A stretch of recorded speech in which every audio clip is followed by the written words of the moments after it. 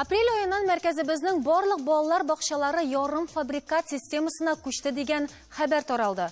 Бу яңалык ни дәрәҗәдә дөреслеккә туры килә? Яңаша туклану системасы сабыйларның сәламәтлеген куркыныч астына куймыймы? Бу хакта әти-әниләр һәм белгечләр ни уйлый? Эфирда Таяны нуктасы тапшыруы. Хәерле кич, исәнмесез? Хәерле кич, мөхтәрәм кунаклар. Алда яңгыраган сүзгә, алда яңгыраган фикергә карашыгызны сез шулай ук төймәләр аша җиткерә аласыз. Кызылга басып килешмәүгезне, яшелгә басып килешүгезне, ак битарафлык, нейтралитет билгесе, актив булырсыз дип уйлыйм. Менә шундый яңалык. Иңгелек әниләргә сорауны бирәсем килә. Менә Радмира, ничек кабул иттегез әлеге яңалыкны? Дөресен әйткәндә, полуфабрикат дигән сүз бөтенләй колакны ярып керде, чөнки без әти-әниләр буларак балаларның ни ашаганын, нинди сыйфатта булуын әлбәттә безнең өчен бик әһәмиятле сорау. Полуфабрикат ул әлбәттә нәрсәдер бер икенче, өченче сортлы ризык дип кабул ителә. Шуңа күрә бу яңалыклар безне бердә шатландырмады. Менә яңалыклар аны имеш-мимешләр дип тә әйтәләр, Илһам әфәнде. Әйдәгез әле безнең менә шу сорауларга нокта куярга вакыттыр. Бу эшне дөреслеккә туры әлеге яңалык. Ярым фабрикат сүзеннән һич тә куркырга кирәк түгел. Без инде бүген ярым фабрикатларны кибет киштәләрендә дә күрәбез. Шул ук чистартылган яшелчәләргә без тап булдык. Димәк, беренчедән, бу яңалык дөреслеккә туры килә. Шулай бит? Әйе, яңалык дөреслеккә туры килә. Чөнки без инде кибет киштәләрендә күрдек чистартылган шул ук яшелчәләрне. Алар тоже ярым фабрикат булып санала. Ярым фабрикат сүзеннән куркырга кирәк түгел. Бүген безгә килгән һәрбер продукция ул лаборатория белән тикшерелә, башта кергәнче үк. Соңыннан бездә инде шул яшелчә булуга карамастан, или яисә ит, ярым полуфабрикатлар дип әйтәбез, аларны тикшерәләр башта кергән чималны. Аннан соңына без алардан полуфабрикатлар ясыйбыз инде, ярым фабрикатлар. Бу инде төрле котлетлар булды. Менә без җибәрдек быел үзебезнең яңа линиябызны. Ул линия безгә мөмкинчелек бирде бер урында күпләп ясарга. 12 сәгатьтә безнең автомат бирә бүген көндә 30 мең котлетны. Бер генә сорау ярыймы бирергә? Нишләп бу яңалыкларны без әти-әниләрдән бер генә дә сорау бирмичә, бездән сорамыйча карар куелды да эш башланды. Нишләп булай булып чыкты микән? Бу дулкынланыш бәлки булмаста булыр иде, әгәр дә безгә таслап, раслап күрсәтсәләр. Һәм бер тапкыр гына тикшерелеп алган полуфабрикат кергәндә әлбәттә ул барысы да сыйфатлы булыр. Мәсәлән, тендерлар белән алгандыр дип мин ышанам бу, ризык алган арзан әйбер була бит инде. Шуңа күрә сыйфатсыз була гадәттә. Без тендерларга әле әйләнеп кайтырбыз. Шул бәрәңгесе әйтәләр бит, котлетны алар ясыйлар. Мәсәлән, шул бәрәңгесе күбрәк була иткә караганда. Менә бу технология никадәр җайланган булырга мөмкин. Менә контроль бармы, юкмы? Яки әти-әниләрне шушында алып килеп, экскурсия ясап күрсәтеп, бәлки аларны тынычландырырга буладыр. Безнең андый каралган, без очрашулар үткәрәбез, әти-әниләрне чакырабыз, үзебезнең. Нишләп без аны ишетмибез, без белмибез? Юк андый мәгълүмат. Бөтенегездә ишетеп бетермәгәнсездер. Без һәр вакыт ачык, безнең үзебезнең сыйфатны тикшерү дип әйткәндә, безнең үзебезнең аккредитацияланган лабораториябыз бар. Илһам әфәнде, әле бит белеп бетерүчеләр дә юк. Менә Иманым Камил бүген безне карап бетерүчеләр арасында әле бүген генә ишетүчеләр дә юк түгелдер, шулай бит. Нәрсәдән сез менә шушы карарга килдегез? Ни өчен бүген безнең мәркәзебездә нәкъ шушындый ярым фабрикат юлын сайладылар? Каян килде бу? Бу ниндидер чит ил тәҗрибәсеме? Нидер башка проблемалар чыктымы? Я булмаса бу эшсезләндерү максатыннанмы? Юк. Безнең балалар бакчаларында, мәктәпләрдә булмасын, технологик җиһазлар уже бик искергән. Шул котлетларны, ярым фабрикатларны ясаганда кулдан аның һәрберсенең массасы да туры килмәскә мөмкин. 180 грамм, 185 грамм булырга мөмкин. Һәрбер ингредиент тиешенчә кушылып та бетмәгән булырга мөмкин. Шуның өчен без бер урында ясадык полуфабрикатларны. Бу сезгә контрольдә тотар өчен җиңеләйтү өчен эшләнелгәнме? Контрольдә дә тотарга, аннан хезмәткәрләрнең эшчәнлеген җиңеләйтергә. Чөнки бу көндә балалар бакчаларында яшерен түгел, хезмәт хаклары бик түбән, повар, кухня эшчеләренең. Анда түбән квалификацияле Монсенде икенче проблема, шулай бит. Икенче проблема. Ә бит аларны бит инде укытып, яки аларның белемнәрен күтәреп, хезмәт хакларын арттырып эшләсәң, шунда ук кайнар ризык балаларга бирсәң яхшырак түгел микән? Biz bugün Менә тундырылган әйберне балалар бакчасына алып барып, анда җылытып, ашаганга караганда. Әйдәгез, Бәлки башта кайнар ризык біз ашарга. аңлатып узыйк әле, нәрсә соң ул полуфабрикат һәм нәрсәләргә кагыла бу? Бүгінгі күндә полуфабрикат дип biz атыйбыз иттен ясалган шул ук төрле котлетларны. Котлетлар бар, безнең балык кушылып ясалган котлетлар, яшелчә кушылып ясалган котлетлар бар. Без шуларны тирән технология нәтиҗәсендә тиз арада катырабыз, суытабыз, җибәрәбез бакчаларга. Бакчаларда ашлар, боткалар урында пешерелә. Боткаларга димәк. Без аларга тимибез. Боткалар, ашлар шунда пешерелә. Biz җибәрәбез ярым полуфабрикатлар һәм продукциялар, шимал җибәрәбез. Бәрәңгеләрне чистартып җибәрәбез, кишерләрне чистартып җибәрәбез. Ул бит инде уңайлы чиста килгәченнән. Ул вакуум савытларда килә. Ни дәрәҗәдә аның сыйфатын саклау, менә бу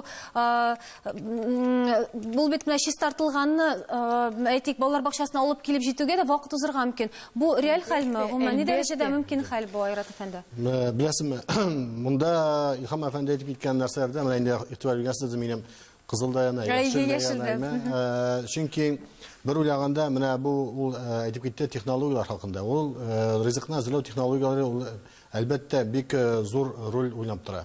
Ничек инде анда плиталарда әзерләнә, нинди савытларда әзерләнә, бусы бар. Әгәр дә алар аны контролицияләр, әгәр дә бик зур плюс. Әмма дә ләкин без инде үзебездә беләбез, менә ир кеше булып тагын кухняда озак булмасам да, мен беләм, әгәр дә шул бәрәңгене чистартып узагыра айтманда суда тутсаң, аның үзгәрә башка нәрсәсе. Шулай ук тагын кишерне дә аны чистартып тагын суда айтсаң, аның кирәкле маддәләре суга чыган иткәндә үзгәрә. Менә инде үзең алып, менә без барбер үзебездәген шул маркетларга кибет гәрсектәген анда бәясенә дә карамыйча шул ук кишернең балчыкка батканрагын алырга тырышабыз, чистартып куйган. Чөнки барыбыз да аны шик бар. Без беләбез, әгәр дә алдан чистартылган икән, күп нәрсәсе югала. Менә шуны күздә тотып эшләгәндә бу әлбәттә әйбәт. Аңларга кирәк. Монда нидер, бәлки анда кайдыр экономия турында сүз барадыр, бәлки менә монда эшләр турында да сүз әйтелеп китте. Biz бит хәзерге көндә күбрәк эш урыннарын арттыру турында күптәр уйлыйлар. Монда эш урыннарында бәлки кыскартып тура китереп чыгарыр. Шулык монда, шулык безнең инде балалар яраткан, анда Мәрьям апаның пешергән, тетя Машаның пешергән ризыклары юкка чыгачак. Анда беләсезме, монда хәзер без менә инде педиатрда гына әйтеп битәр, балаларга килә калганда, әлбәттә аны бит аксымнар турында сүз бара, майлар турында сүз бара, углеводлар турында сүз бара. Анда күпмедер дәрәҗәгә барсыдан булырга тиеш. Ләкин менә монда ата-аналар бар, әниләр бар, алар беләләр. Бу матдәләрне кирәкле рәвештә куллана калганда да, ризыкта була калганда да, балага аны бирү. Балага менә ул теге культура питания, таза культура здоровье питания нәрсә бар, таза туклауның культурасы бар. Бу ризыкны тәэмин итеп бирү банкында. Менә бу полуфабрикалар ул менә әкренләп шушы юлда торганда, теге космонавтларның тюбиклары шикелле шуңа әйләнмәсме ул? Шуңа күрә менә бу баланы бер караганда зарарсыз, зарарсыз ул. Менә без бит баланы ашата алмыйбыз. Без баланы ашата алмыйбыз, чөнки менә бу ошамый. Аңа ничектер тәэмин итеп китергә кирәк. Шулык менә дошкольный возрастны әйтсәк, анда бала бакчасында укып балаларга анда 80 грамм аксым, 80 грамм май, анда где-то 300 грамм углевод кирәк. Без менә шушы нормативны алар ничек тә ул балага бирергә тиешбез. Ул бала бөтенсен бергә кушып кына бер тәле серый масса белән бирсәк, ул аны ашамаячак. Һәрбер ата-ана белә, баланы кызыктырырга ничектер башка юллар кирәк. Тәмле пешерү, аларның культура питания. Менә шул сакланачакмы, шул турында сүз барган. Баланы ашату булай да җиңел түгел бит әле ул. Менә Гөлнара, моңа кадәр сез канәгать идегезме? Сезнең кызыгыз шулай ук балалар бакчасына да йөрде бит, хәзер мәктәптә укый. Минем кызым балалар бакчасында бик яратып йөрде. Менә гастроэнтеролог әйткән фикер, тетя Маша дигән. Нәкъ дөрес, чөнки без ул пешек чапан бик ярата идек. Аның аралашуы да, пешү дә бөтенләй бер дә ошый иде. Менә хәзер минем икенче кызым садикка әзерләнә. Мин дә хәзер куркып көтәм, чөнки ул полуфабрикат сүзе безнең гаиләгә бөтенләй кагылышсыз әйбер. Һәм ул берничек тә минем Ничендер безнең өчен ул сыйфатсыз төсле, Илһам әфәнде. Аны тикшерүче органнар бармы? Кем аны контрольдә тота? Көн сайын контроль итәләрме аның? Нинди стадияларда тоталар? Монда сораулар әлбәттә ява. Истеп тагын бер сорар идем. сырым, сіз үзегезнең стәлегезгә шул полуфабрикатларны елына ничә мәртәбә куйыр идегез? Үзегезне яраткан кеше буларак, үзегез турында кайгырткан кеше буларак. Мин нишәп сырым, чөнки бала чагалар, менә бу әни карнында ничек бала үскән вакытта әнинең ризыгын, ялын, йокысын ничек без саклыйбыз, карыйбыз, шуның кебек бу бәләкәй балалар да үскән вакытта без аларның бит иммунитетның нигезләрен ризык аша бирәбез. Һәм тагын бер бик әһәмиятле әйбер ул ризыкның энергиясе. Бу теге көлкеле, модный сүз түгел, чөнки ризыкны пешергәндә беренчедән нинди фикер, нинди уйлар белән пешергән, нинди балаларны яратып бик ярак китегез. Без ризыкның энергиясенә караганда без әле башта тикшерәбез аның сыйфатын. Юк, мин әйтмәкче булам, менә бәрәңге кирәк икән, бәрәңгене чистартып, бүген пешердек, ул бәрәңге тәмле була. Бәрәңге кирәк җиткәнче энергиясе бетергә мөмкин, әгәр пешерүченең җылысы тыймаса. Ләкин ул бик мөһим сорау, дөресен әйткәндә. Һәм дөреслек бар, әйемне ишетәсезме? Үзегезнең стәлегезгә күпме, елына ничә тапкыр? Мин һәр көнне анда безгә бирәләр котлетлар куелган. Мин һәр көнне ул котлетларны бер көндә калмыйча, бүген бер төрлесен, иртәгә балыклысын, иртәгә кишерлесен, шундыйын ашыймын, ашап карыймын, чөнки без аны чыгарабыз. Миңа бик ошый. Икенчедән, без бит әле бүген көндә әйтмибез, Мәрьям апаны алып куйдык тагын, анда автомат пешерәмен име дип. Без бүген сүз алып барабыз ярым полуфабрикатлар турысында. Чистартып булды алайда, бәлки аларның квалификациялары юктыр дип, беренчедән сорау, нишләп алынды квалификациялысыз пешерүчеләр булырга тиеш? Нишләп без аларны искә төшердек хәзер? Һәм бәлки дигәнсез, алайда чыкты. Без тете машиналарны тоже яратабыз, кайгыртабыз. Әйе, аларны яратырга кирәк. Алыштыру турында сүз юк. Инде зур югары квалификациялы кешеләр безгә килә икән, без аларны колак җәеп каршы алабыз. Тик бүгенге көндә безнең бит бакчада без сифатлы азык шимал куючы гына. Пешекчеләр бит бүгенге көндә балалар бакчаларының үзләренеке. Ярым фабрикатка кире кайтканда. Без бит ярым фабрикат итеп аш алып бармыйбыз. Бутка алып бармыйбыз. Без алып барабыз. Туңдырылган, шулык ит килгән булыр иде, туңдырылган килеш. Аны яңадан җибетерләр иде. Мясорубкадан ит тарткычтан чыгарып, анда кул белән әвәләп берсе 60 граммлы, берсе 65 граммлы. Уларны ничә сәгатьтә ясый әле. Ә без бит ясаганда технология бирелгән, сәгате бирелгән. Ничә температурада булырга тиеш фарш, ничә температурада ул бирелергә тиеш машинага. Менә бу ни дәрәҗәдә әниләр һәм балалар өчен мөһим, моның турында без сөйләшербез рекламадан соң.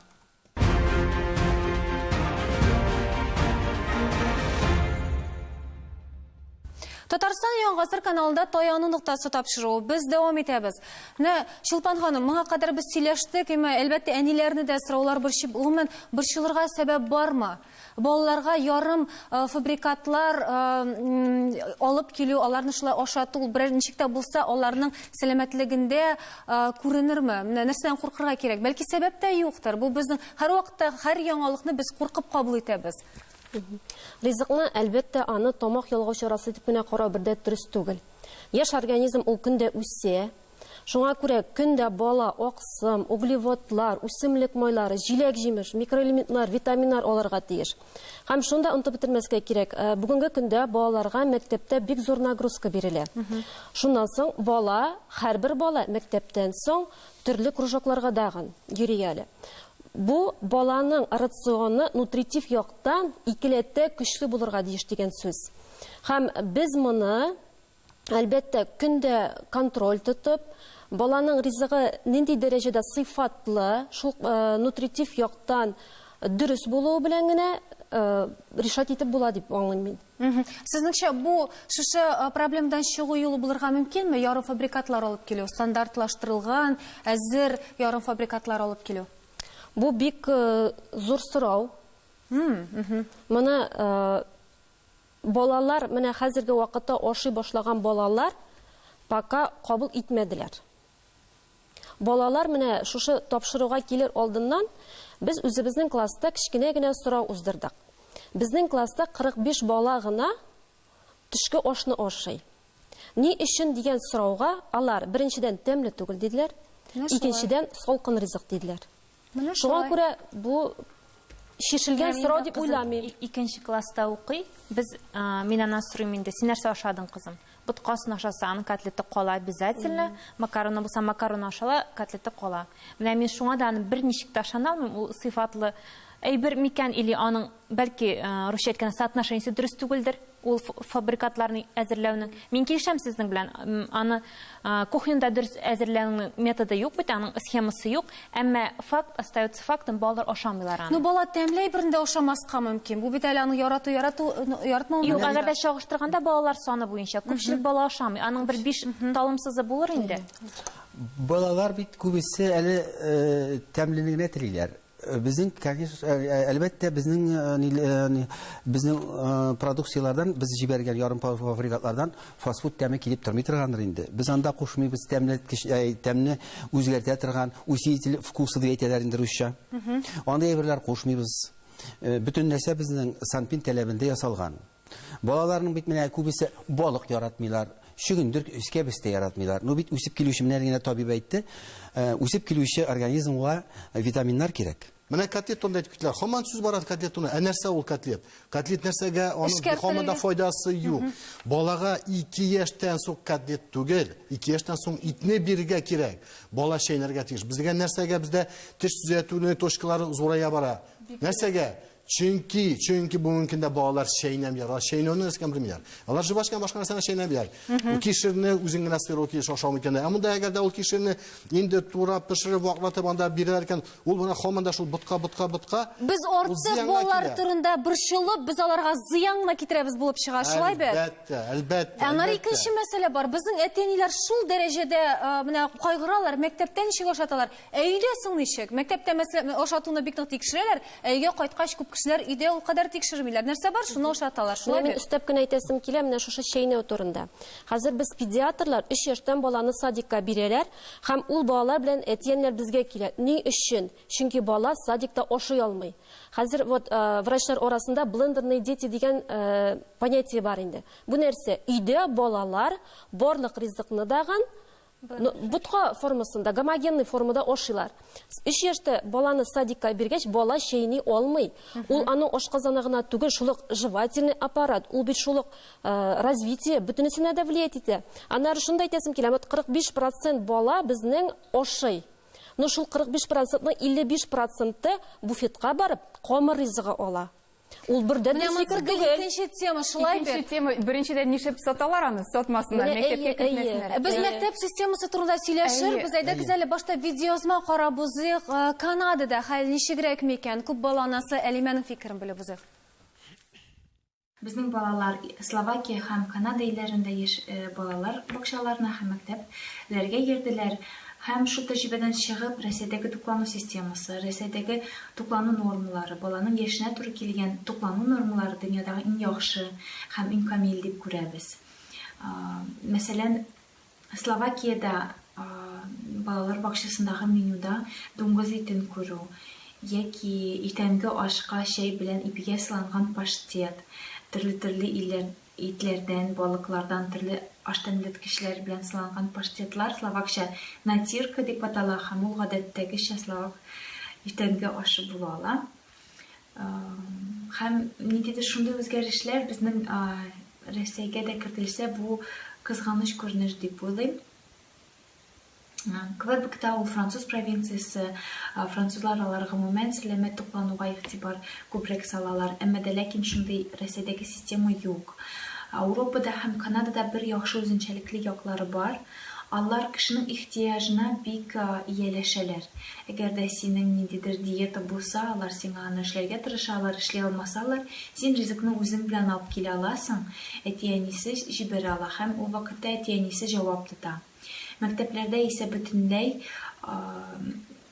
ашхана системасы юк. Әти-әниләр ризыкны үзләре җибәрәләр һәм җавап тоталар. Мәсәлән, безнең шундый ланчбокслар бар. Алар җылыны тота, җылы ризык җибәрер өчен термослар кулланабыз. Анда карабыдай, диге, кускус, токмаш, бәрәңге яки идә пешерелгән ризыкны җылытып, япшырып сала. Шулай ук яшелчә, алмалар, кайвакытсы, бутербродлар, йогурт, кефир теләкләре буенча һәм ниндидер бер кечкенә сюрприз. Бу андый мөмкинчелек безгә бик ошый. Алай итеп обедлар җибәрү. Чөнки без үзебез хәләл ризык ашыйбыз. Һәм дә бер улым минем глютенсыз диета тота. Безнең өчен бик кулай килде. Менә шундый фикер, килешәсезме? Искиткеч мөмкинлек. Бәлки чыннан да департаментка гына Сен түгел. кайсы фикер белән килештең? Мин бу фикер белән килешәм. Чыннан да әгәр дә әти-әни тулысынча баласы турында уйлый икән, ул нәкъ шул эшләргә тиеш. Садикка җибәреп булмый бит ата. Садикка ничә булмасын инде. Анда бит тәрбияче бар. Тәрбияче уйларга тиеш. Бәлки штатка махсус кешеләр кертергәдер. Әлимәнең фикеренчә, Россиядә бик яхшы аша. Бит гастроэнтеролог әйтер бу очракта безнең нинди процентлар буенча менә бу балаларда очрый торган шул ук язва, шул ук диабет авырулары, дөресрәк шикәр авырулары шулай бит. Алар бит гел шул хакта біз сөйләшә торабыз. Авырулар балалар арасында арта. Кайту ланчбоксларга хәзер әйләндерсәк, менә сез моның белән риза булыр идегезме соң? Менә әниләргә дә сорау, һәммәгезгә дә. Мин әни буларак риза булырым, ләкин бу мин әйтәм, чөнки минем вакытым бар, минем теләгем бар. Без йортыбызда да бары тик дөрес ризык ашыйбыз дип саныйм мин. Мәктәптә бүген 3 төрле менә туклану системасы бар. Беренчесе, без инде менә шу үзләрендә пешерүчеләр, әйтик, шу Мәрьям апалар пешерү, тетя Машалар пешерәләр. Икенчесе, шведский стол ресторан типында диләр. Менә монда инде балалар килеп, үзләре шу пиццаларны сайлап алалар, я булмаса башка әйберләрне, һәм өченчесе ланчбокслар. Менә шу 3 системасының кайсы сезгә куярак, сезнең фикерегезчә? Миңа әлбәттә Мәрьям апа системасы кулайрак инде. Киң сатуда бармы ул ризыклар? Миңа мәсәлән бүген үк барып, алып, дөресен әйткәндә тәмгә дә тикшертер идем, һәм бу тәнтерлешә тикшертер идем. Бармы шундый мөмкинлек, әниләр килеп бармаларга? Әйе, без әти-әниләр белән үткәрәбез, чакырабыз. Дегустациялар үткәрәбез. Кайда? Языгызчы.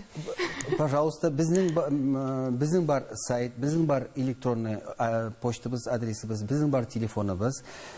Без чакырабыз, үзебезнең лабораторияны күрсәтәбез, цехларны күрсәтәбез. Димәк, әлеге бөтен мәгълүмат интернетта да теләгән кешеләр моны таба ала, шулаймы? Әйе, кергәндә без лаборатория әлегә безгә үзенең хөкем карарын чыгармыйча, рөхсәтен бирмичә, без машинаны складка бушатмыйбыз.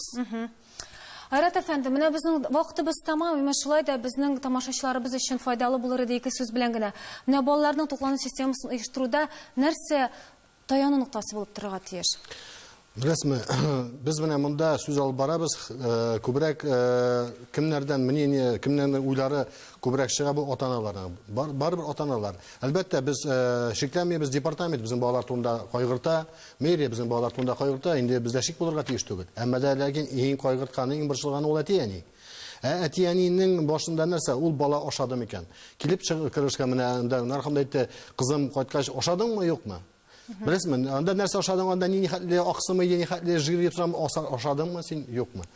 Әлбәттә, менә бу ундый ризыкларны булай итеп бирү, ул бик әйбәт хастаханалар өчен, нидер армиягә, гаскәрләргә, башка төрле шундыйларга, анда ашыйлар барсына беләләр, бу файдалы.